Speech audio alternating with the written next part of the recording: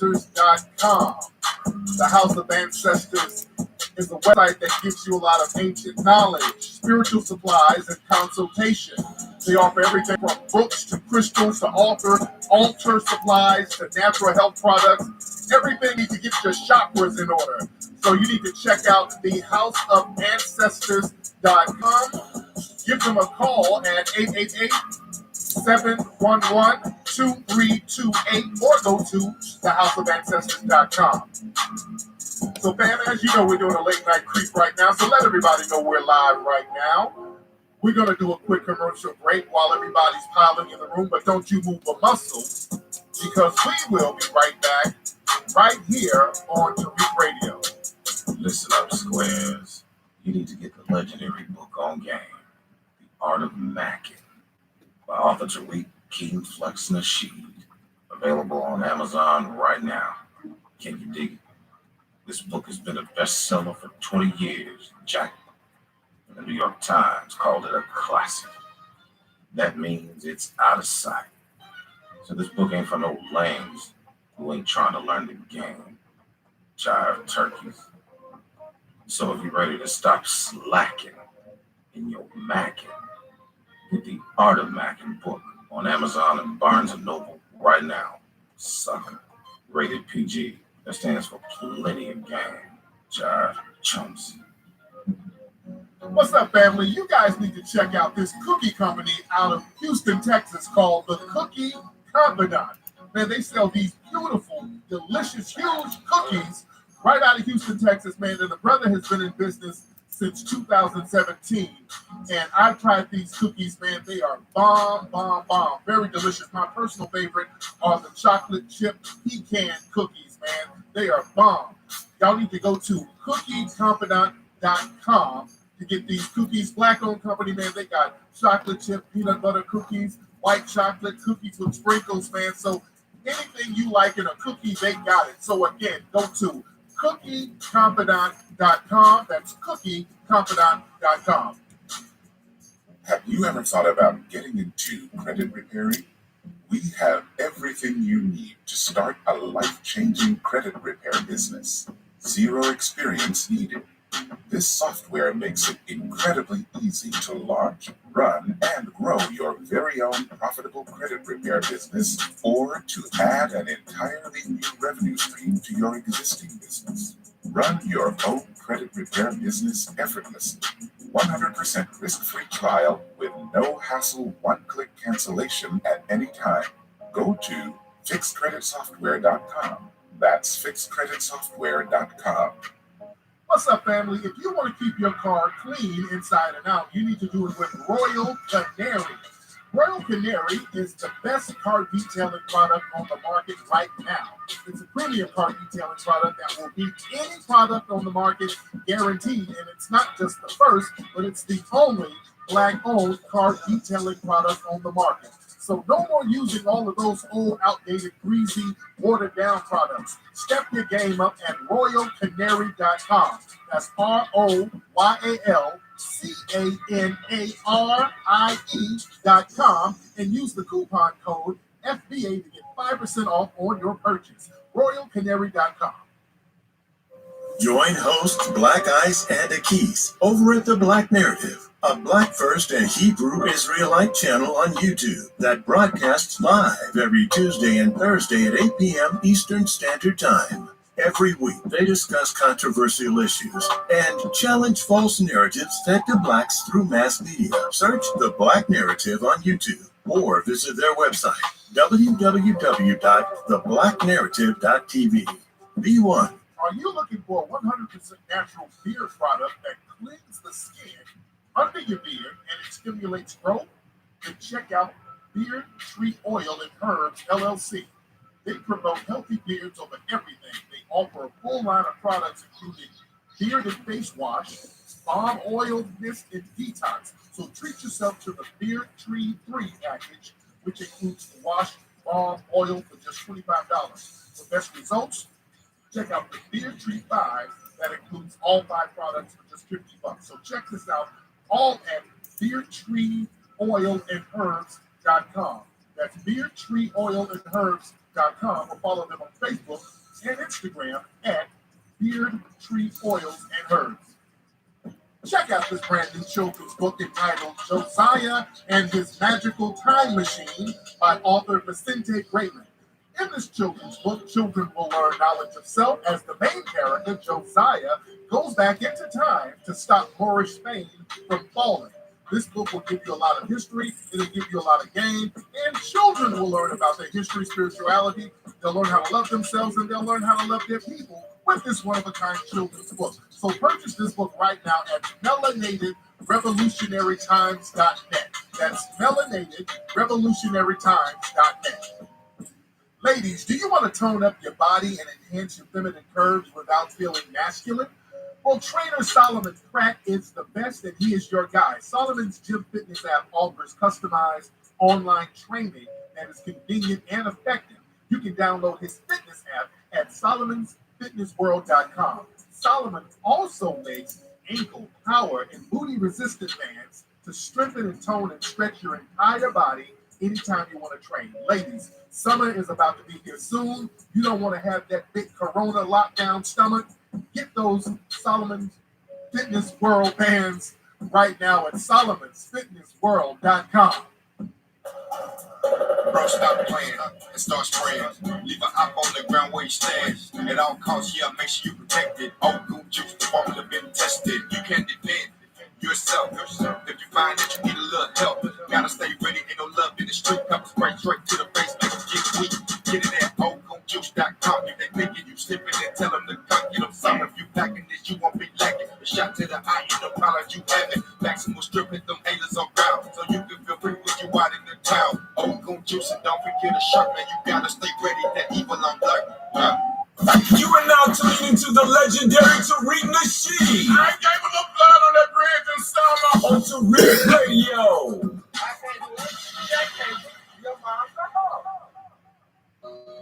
Oh, we're back, ladies and gentlemen. We're back. Let me put on some of that late night Macish music that I used to play back in the day. We're here, man. What's going on, guys?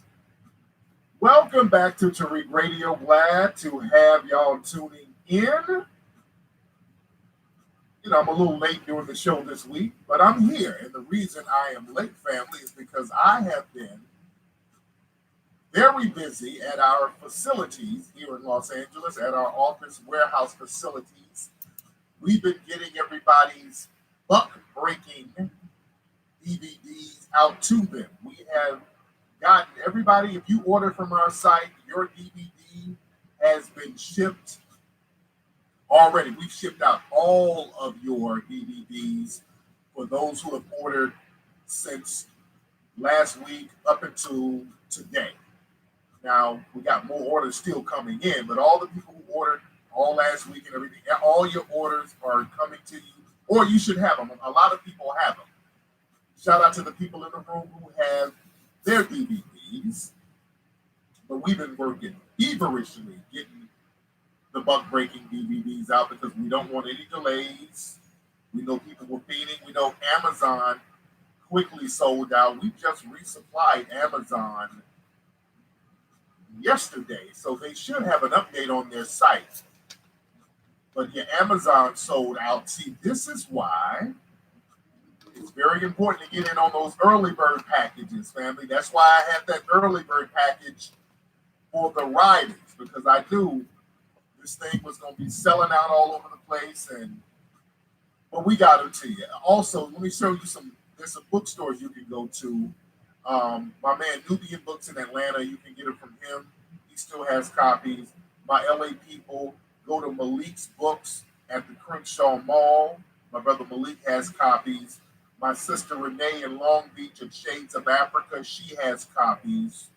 So those are a few people that you can go to in certain areas. But family, the film is doing phenomenal right now. People are loving the film.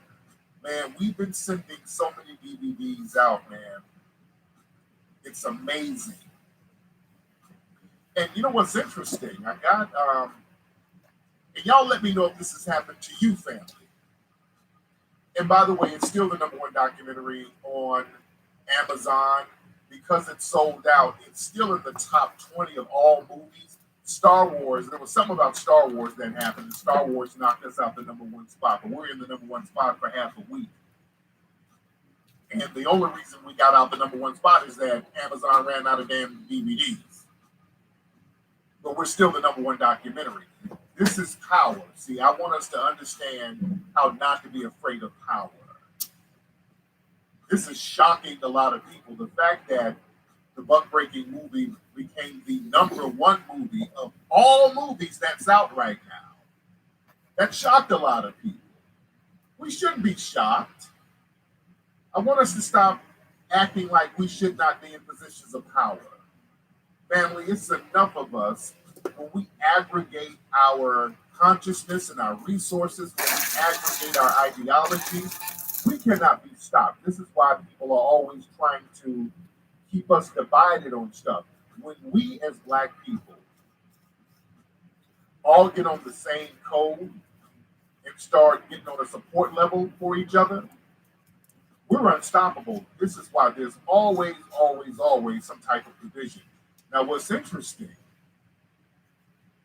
a brother sent me a picture of the package that we sent him, some of the Buck-Breaking box set packages.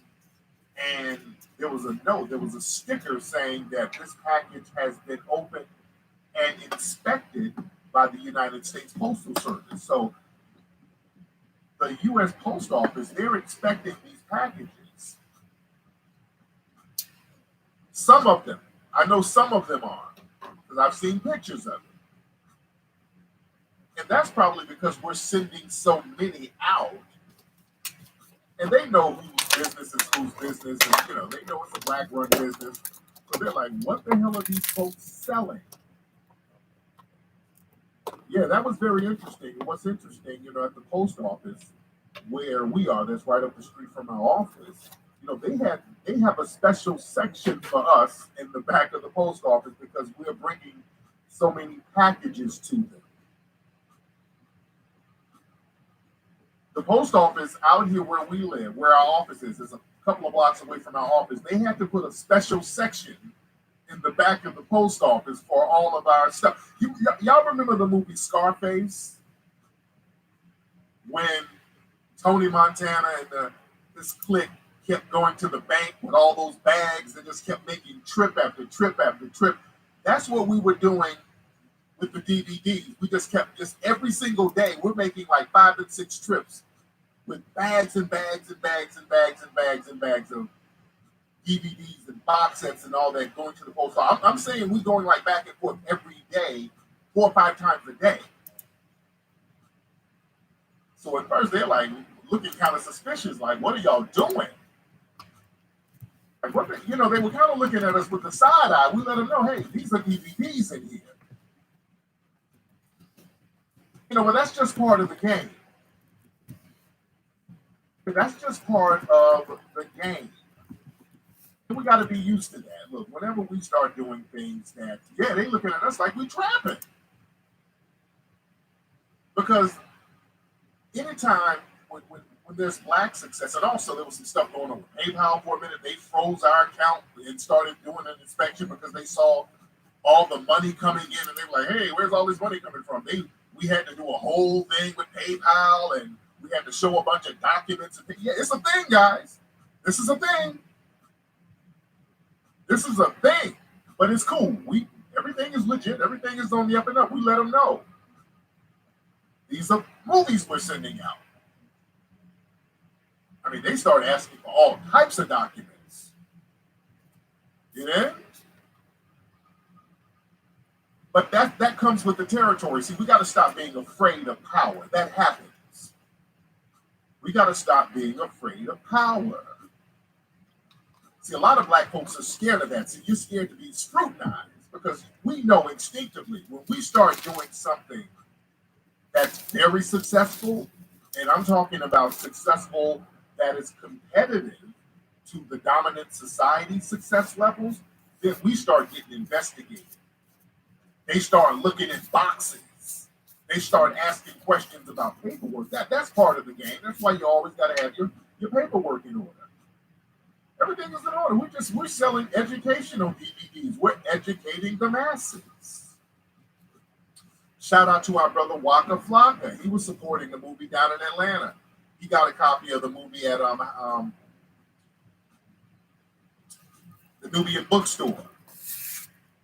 Yeah, that's part of the game. And by the way, we're going to have the streaming version available pretty soon. We're going to have that available pretty soon. But the thing is, family, this movie and just the movement behind it, man, this was a hard blow to the white supremacists and the dominant society and their agendas. And they got a lot of the white LGBT, boy, they are pissed. The white LGBT, see, they're in a pickle right now because, see, the white ones, they can't try that homophobia stuff because they haven't seen the movie. And if you saw the movie, there's nothing homophobic about the movie. Let's be very clear. They know this, and we know this.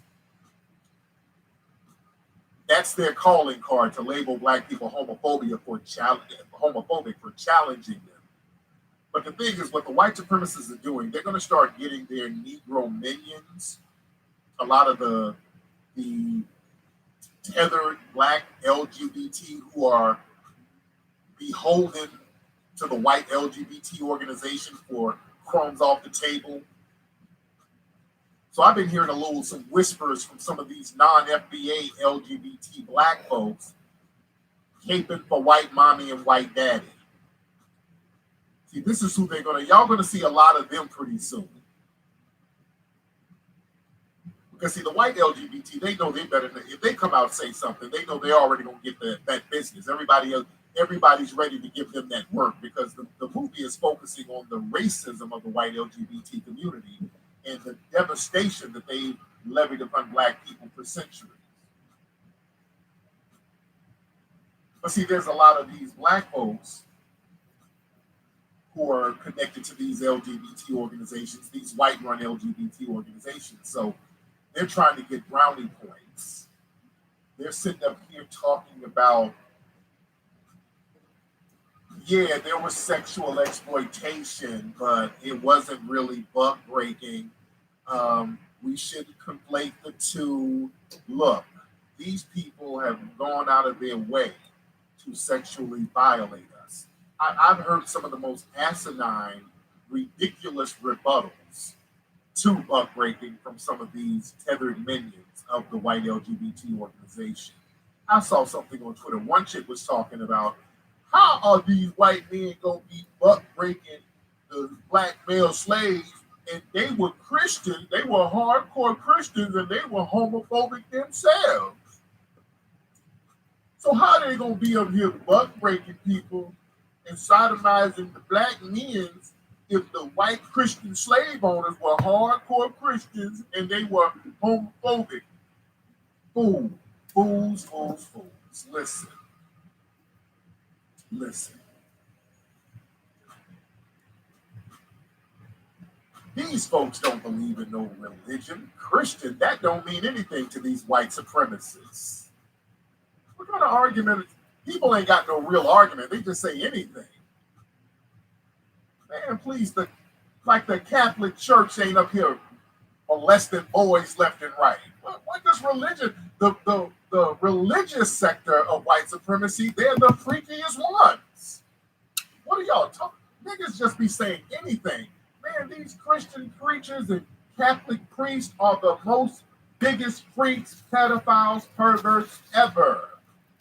What are you talking about? These folks, man, you don't take what these white supremacists say at face value. Man, please. When a motherfucker comes to you with a cross and a Bible from the dominant society, that's the one you better watch out for. That's the main one that's going to pull the dick out on you. Black folks got to stop being naive about this stuff. We talked about this in the movie. We talked about how that Catholic Church been all up in Africa molesting kids. Man, you think The Catholic Church molests white kids left and right. You think they don't do that to the black kids in Africa and the Caribbean and here on the low? Yeah, we talked about the white Jim Jones, not the rapper, but we talked about Jim Jones and buck breaking. That was another one. Jim Jones was out there buck breaking the black men in his church. Man, don't y'all ever think just because somebody's a so-called Christian that they believe their Christian ideologies that they use. They don't believe none of that stuff. These people believe in white supremacy. Well, they talk with double tongues, man. I'll call you back. You don't believe anything they say. That Sandusky. Look, man, when people, you cannot question buck breaking, especially during ancient times when the buck breaking is still happening here. Now, look at black males when they get around white people. Now, I'm talking about right now today. The minute black boys get around some white people, all of a sudden, they done popped up with a damn dress on. Are you hungry? They're all types of sexual. No, go even black girls, they get around when they're raised by a lot of white people. There's always something happening to them. So I had to answer on this other phone because this other phone is hung up on the desk. Especially in Hollywood. I mean, my goodness. This is the buck-breaking capital out here. Did y'all see a clip of Jaleel White, the actor from the show Family Be careful, get your mask and glove.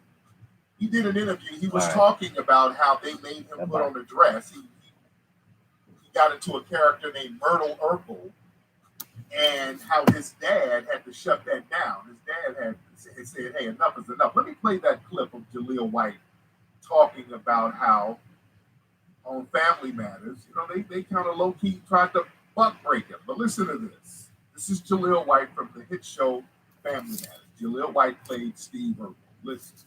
I remember when I did Myrtle Urkel for the first time. And I just remember that I get a lot of my enthusiasm from other people's satisfaction. Everybody on set that week was just amazed. I did run into an issue. Joe Marie and Reggie at that time were very sensitive to putting black men in dresses. And they keep that on. Joe Marie and Reginald, he means Reginald Bill Johnson, that's the mom and dad from the show. Those were the two characters who were the mom and the dad. And they let me know that I was not doing our race a service by putting on that yellow dress. But everybody has a default. You crumble, you wilt under pressure, you rise, you surprise yourself. My default tends to be to take it up a notch. I mean, that evening I felt like a girl. I felt like a girl playing Myrtle Urkel. The fuck? But I cried like a baby at the end of that day. I just broke. I just cried. This is what's awesome when you have a great father and a good family. And my dad just rose up like a lion. I was like, I've watched my son do it all week to pull out this performance. He will never play this character. Got it once, don't. But he shouldn't have to carry the burden of some adults making a child feel bad for playing a girl. I remember when I did Myrtle. All right, so that was that. So, yeah, his dad had to come in and say, hey, man, shit, enough is enough. Damn. You know, got my son in this damn dress. And even the characters in the show, they had a problem with that. They were letting them know, hey, man, this ain't a good look for you. Now, you know, there's been rumors about Reginald Bell Johnson and all that stuff, but they felt a certain way about the kid in the dress. I feel them on that. Now, when he got older, I think he played it again. When he became an adult, he played it again when he was an adult.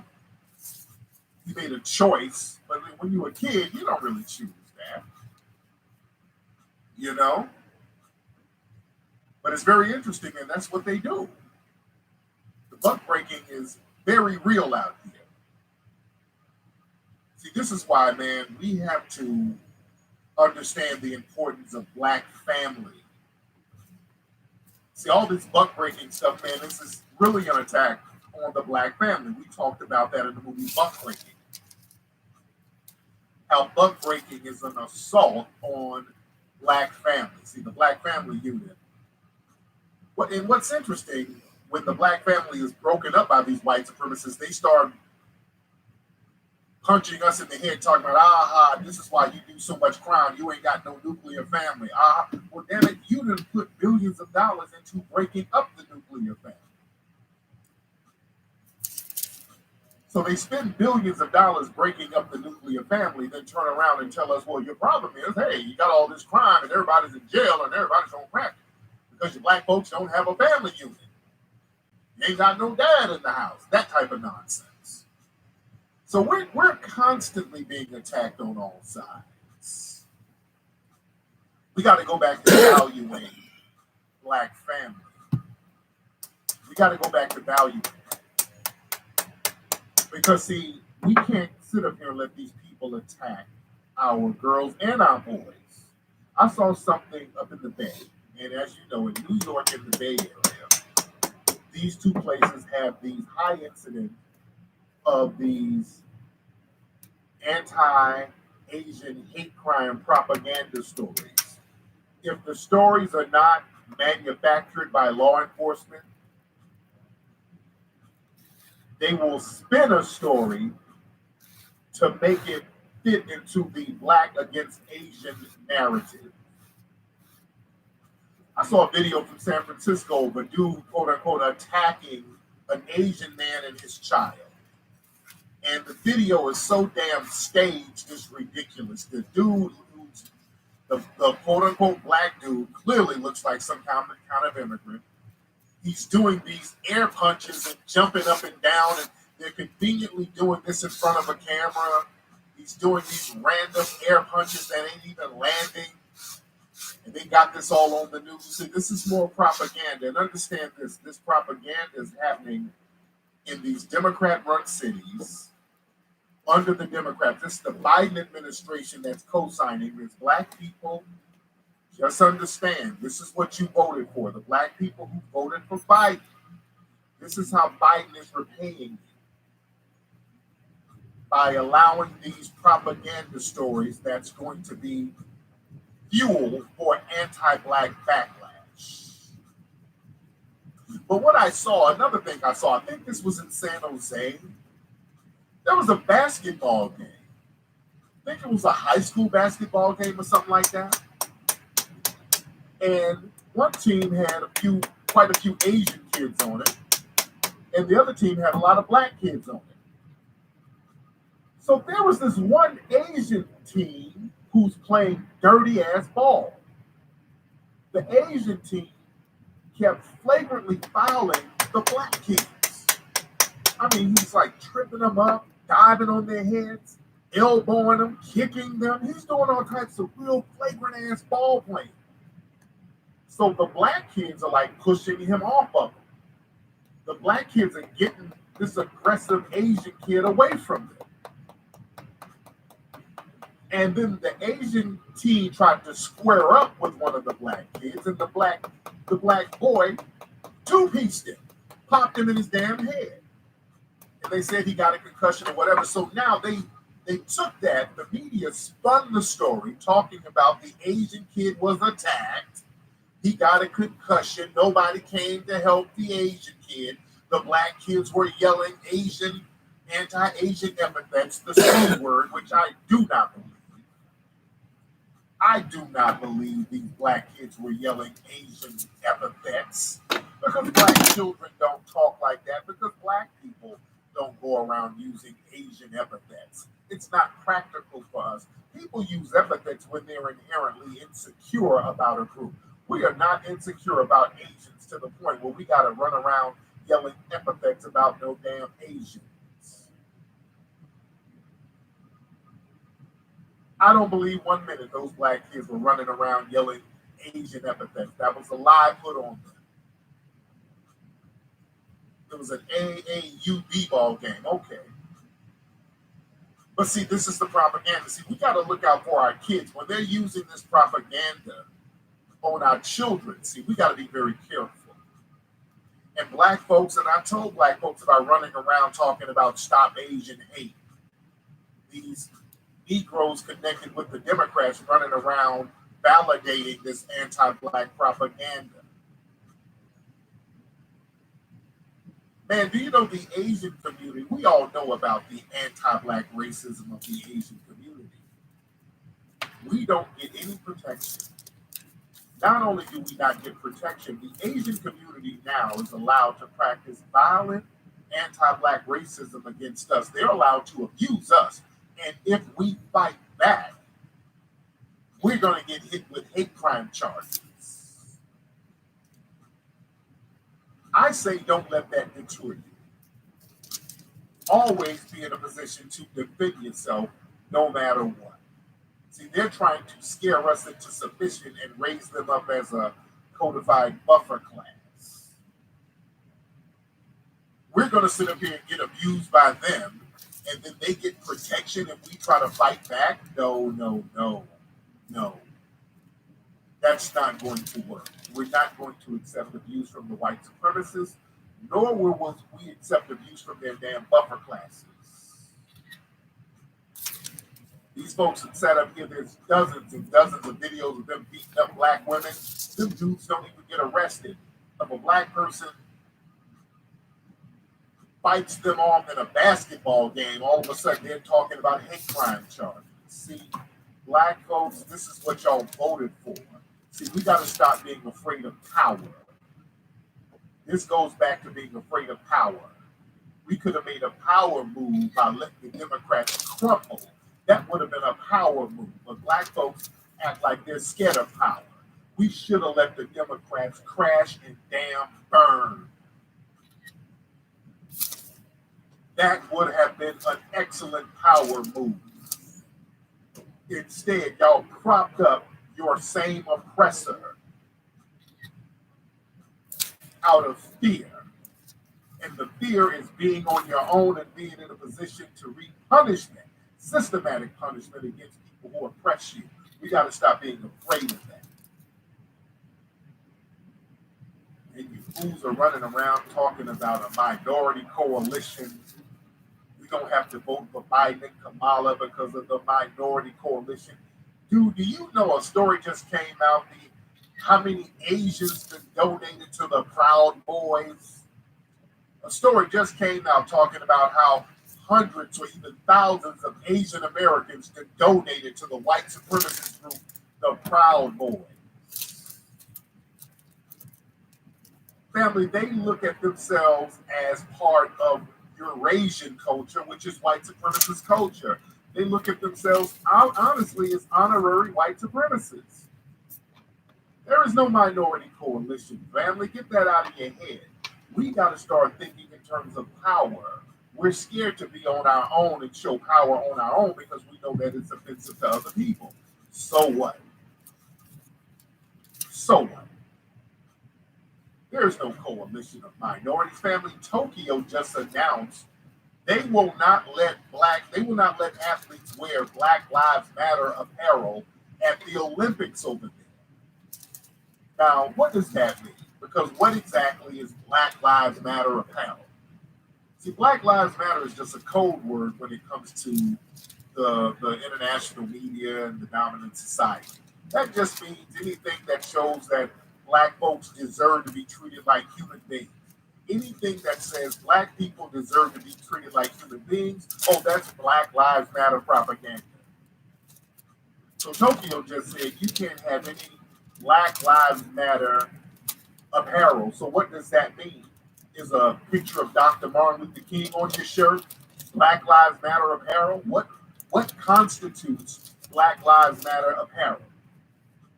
Every black athlete should have a Malcolm X shirt or Rosa Parks shirt because they haven't really defined what exactly is Black Lives Matter. Just the words Black Lives Matter? What are they talking about? See, they don't want another one of those situations where they hold up that black fist. In 1968, when the brother, what's the brother's name? Carlos, what was the brother's name who held up that black power fist in 1968? That was iconic. That thing has been iconic for the last 50 years. That has been an icon for 53 years. That brother raising that black fist, that became the talk of the Olympics. And it has lasted for 50-something years. See, they don't want that. My brother did a great move by throwing up that black power fist. Because that Olympics in 1968, it became all about that. That resonated all around the world. John Carlos and Tommy Smith. Well, yeah, they threw up the black power fist. John Carlos, yeah. Tommy Smith. So they don't, white supremacy in their buffer classes, they need all the shine they can get. They're on their last leg. They don't want black folks. It's already bad enough black folks are going to be beating everybody over there in sports. That's bad enough. It's bad enough that the black folks are going to be dominating. So now you're going to rub your black power in our faces again, too. No. We can't just be sunned like that. Oh, no, we don't want to be sunned like that. They've always had those insecurities, even with Jesse Owens in the Olympics and in Berlin, in Nazi Germany. Oh, they had a problem with Jesse Owens running circles around everybody. Oh, they had a problem with that. Because they were supposed to be all white and supreme. And then you had Jesse Owens just busting up that myth. But then the Nazis wrote some shit like, well, Jesse won because, hell, he's black. And, black people like animals. So, of course, an animal, that's going to be the human. They tried to use that type of logic. Yeah.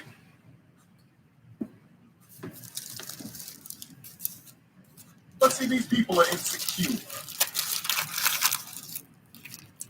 And it's not up to us to pander to their insecurities. We always got to stand on power. Do not be afraid to flex power.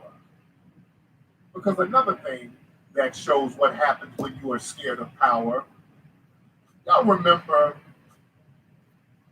down in Atlanta when Paul Howard, the DA down there, was running for office, running for re-election, and they had Bonnie Willis running against him, this woman named Bonnie Willis, and I told people Bonnie Willis is bad news. I told people, hey, it's very important to vote for Paul Howard because he's putting charges on the race soldier who killed a black man named Rashard Brooks. He put some heavy charges, and the white supremacist was mad at Paul Howard. I was telling people, this is time to get on code. This is time to get on code. No matter what you feel about Paul Howard, he's doing something that's very codified right now. Let's get on code and support what he's doing. But black folks voted for Bonnie Willis. Bonnie Willis, I told people, she's all clicked in with the police union. She got pictures of her booed up with the police union. This is another mammy. This is a mammy sleeper cell. I told people, if y'all let Bonnie Willis become the DA down there in Atlanta, it is going to be a problem. She's going to let that race soldier go. She's going to save that race soldier. Family, just this week, the race soldier who killed Rashard Brooks, who was fired, they reversed his firing and hired him back. The race soldier who killed Rashard Brooks in that Wendy's parking lot where there were protests all over the place, they fired him, now they done rehired him. I told people that Bonnie Willis was going to get in there and bumble that damn case for the damn police unions. She's clicked in with them. I don't want to hear no Negroes down there complaining at all. Niggas like, oh, damn, man, what kind of justice the hell up, man. He got rehired. Oh no! We gotta get back out here in these streets. Whose streets? Our streets. Whose streets? Our streets. Shut up. Shut your asses up. Don't say nothing. I told y'all this was coming. I told you this was coming, and y'all knew this was coming. Family, y'all, let me talk directly to Atlanta. Y'all sat here and voted for Bonnie Willis, knowing that this woman was clicked in with the police unions, knowing that this woman was going to be light on the race soldier. We told you exactly what she was going to do, and damn it, she did it. And then niggas want to act dumb. Let's be clear. Y'all niggas ain't dumb. You're scared of power. I don't want to hear nothing about, well, Paul Howard did some scandalous stuff. Now, Paul Howard's scandalous too. You better learn how to go for the lesser of two evils, if that's the case, when something is about codification. I don't give a damn what Paul Howard did. He was getting on that race soldier. Bonnie Willis, what was she doing that was so damn great? What is she doing to help the people of Atlanta? In fact, you know, they got some charges on a rapper down there. What's his name? YFN Lucci. He was dating Regine Carter. He's a rapper down there. YFN Lucci. They done got like all types of RICO charges on dude. Using his rap lyrics to put all these crazy charges on that dude down there in Atlanta. They got like 108 charges on this dude. And it was Bonnie Willis that put the charges on him. Look this up. It was Bonnie Willis that put them unprecedented charges on that dude. Using his rap lyrics to put all them damn charges on that dude, man. Y'all think this woman was better than Paul Howard? Come on, dude. This is the thing. Yeah, they got a RICO case on that dude over his rap lyrics, man. She threw the book at this dude.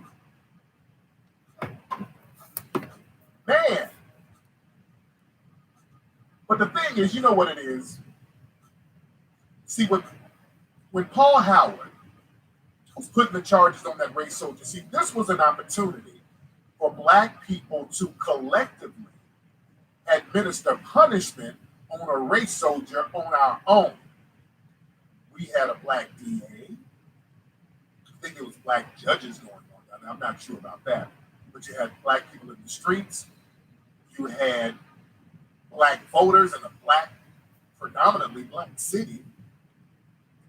This was an opportunity for Black people as a collective on our own without permission to punish a race soldier.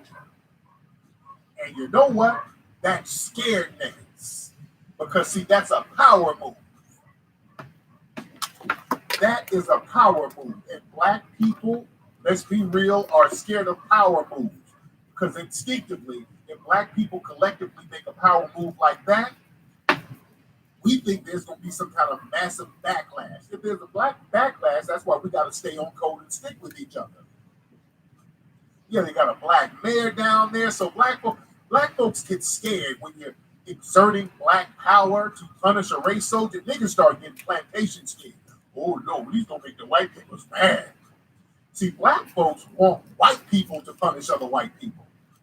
See, that's what niggas like. You want white people to do the punishing for you. White people, look what he did. Please, white people, give us some justice, white people. Give us justice. We want white people, no justice, no peace, white people. You want white people to do the damn justice administering for you.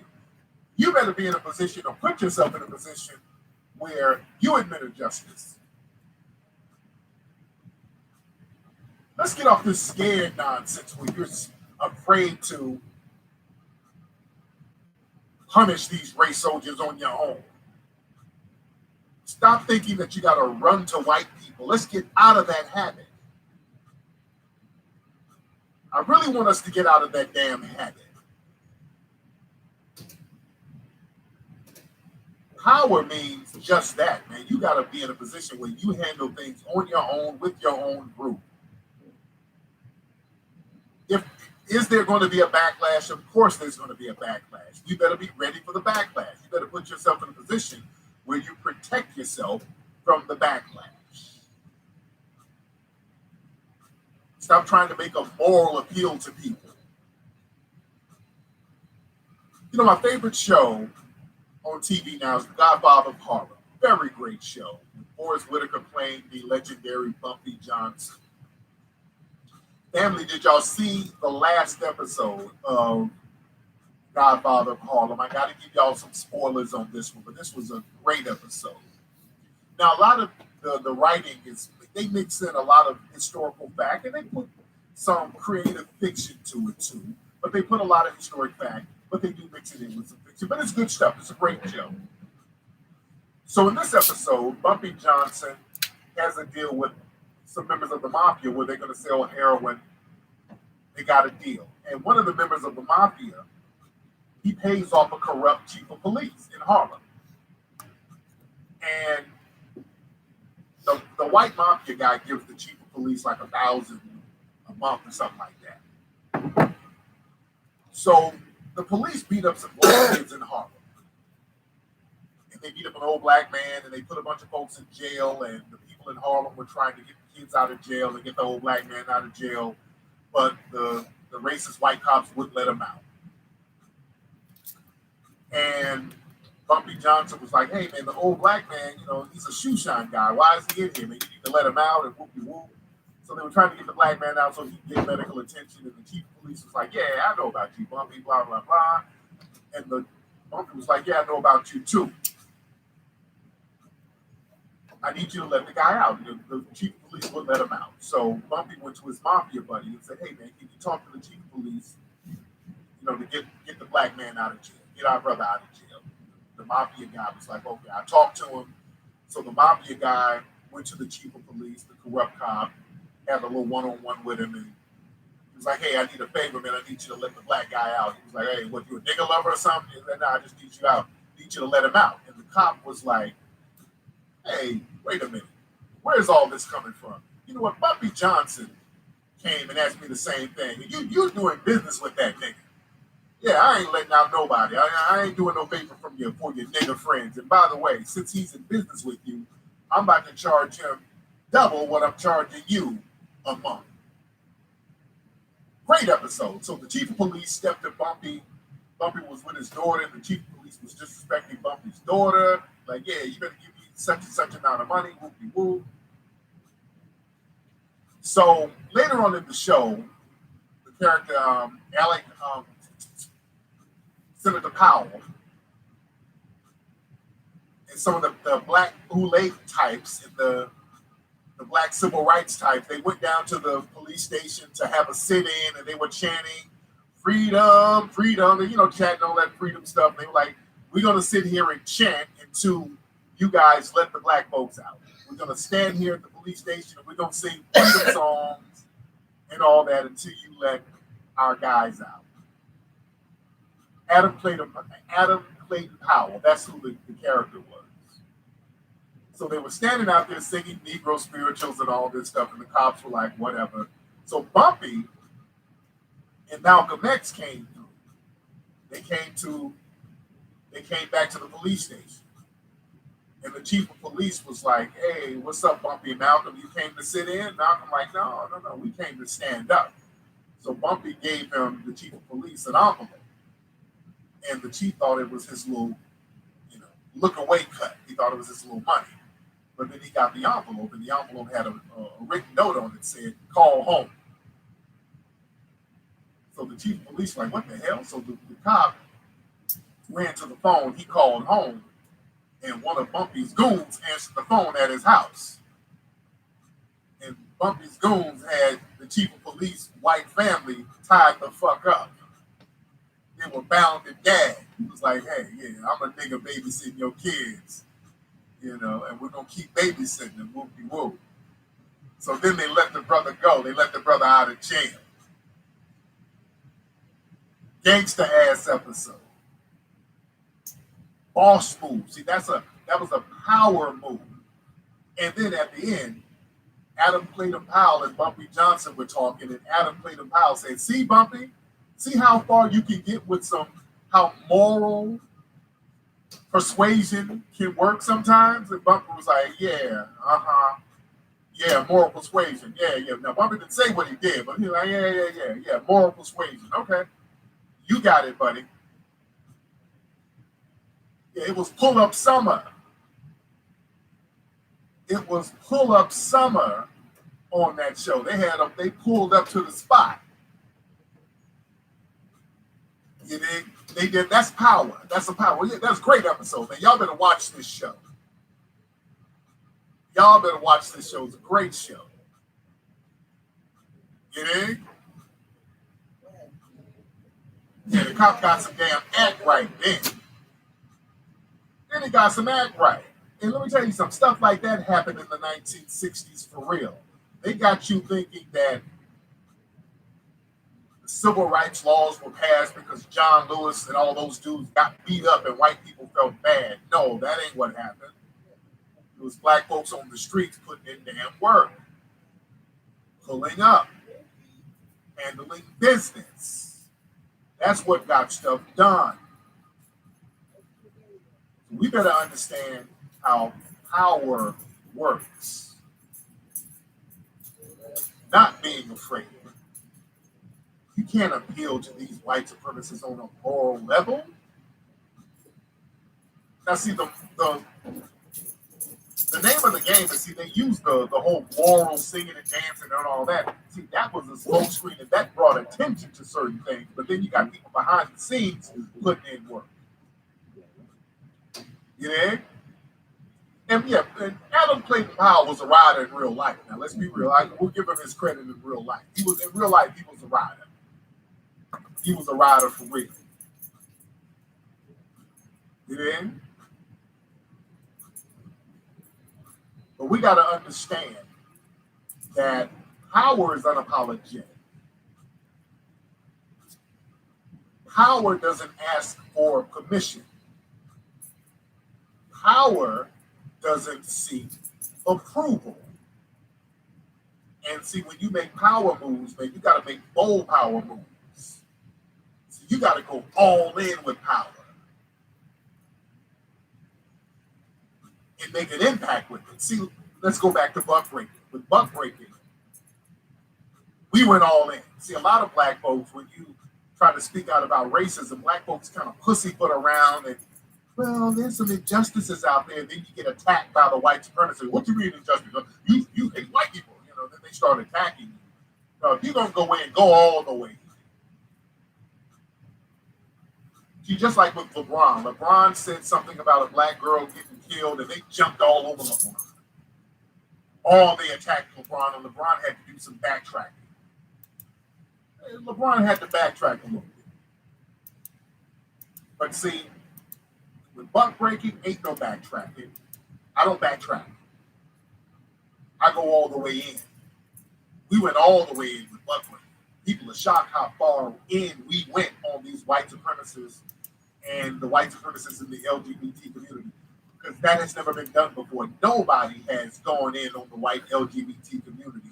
They've made themselves so-called immune from any criticism. If you criticize them, boy, they got a whole army that'll attack you. We're not afraid of them.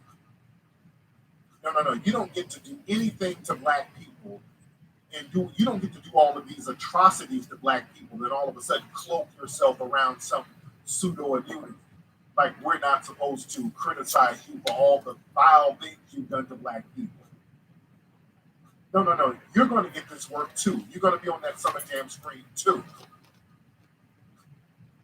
And they are on that Summer Jam screen. Any form of white supremacy gets called out. All of it. All of it. See, this is why we got to teach our children to be fearless in this game out here. We got to get our warrior class back to where we need them to be. We got to get our warrior class. We got to get that fire and that spirit back in. They've been trying to neutralize our warrior class for a long time. And instinctively, black people understand the buck breaking agenda out here. And this movie, this gives you all the ammo you need to counter the buck breaking agenda. This is why there's some harsh stuff in the film, but you need to watch this stuff with your family. You need to watch it over and over again. You need to talk about it in the community. You need to have meetings about this so that we can counter the agenda against us by the white supremacists, because they're still going to try to push their anti-black agenda, their agenda to keep us in a non-procreative status. And we have to keep on fighting against that. That's power. Don't be afraid of power. You're born with power. You're supposed to have power. You're born with the right to have power. Power is a God-given right given to you. You just have to exercise it. Black family. You already have it. All you got to do is exercise it. People talk about the elephant in the room, but let's talk about literal elephants. Elephants have more power than humans. But what happens is that elephants are broken. You see elephants in the circus, those elephants are broken. That's why every blue moon, when these elephants snap out of being broken, they get out of a sunken place. What do? They start stomping the shit out of everybody. They realize that they are powerful. They realize what their nature is. They realize who they are. Nothing is wrong. When those elephants snap, they say, oh my God, what happened? No, this motherfucker just went back to his nature. He's supposed to stomp your ass. If you got him in a damn grass skirt doing flips and shit, he's supposed to stomp the shit out of you. That's why it's so very hard to train African elephants. I talked about that before. African elephants are extremely difficult to train because they understand their majestic power. Now, some of the ancient African warriors used to train them because they had a kinship with the animals as they do now. But we have to understand what power is. We have the power, family. We already have it. We just have to utilize it and not be afraid to utilize our power. Anyway, y'all, that's been today's episode of Tariq Radio.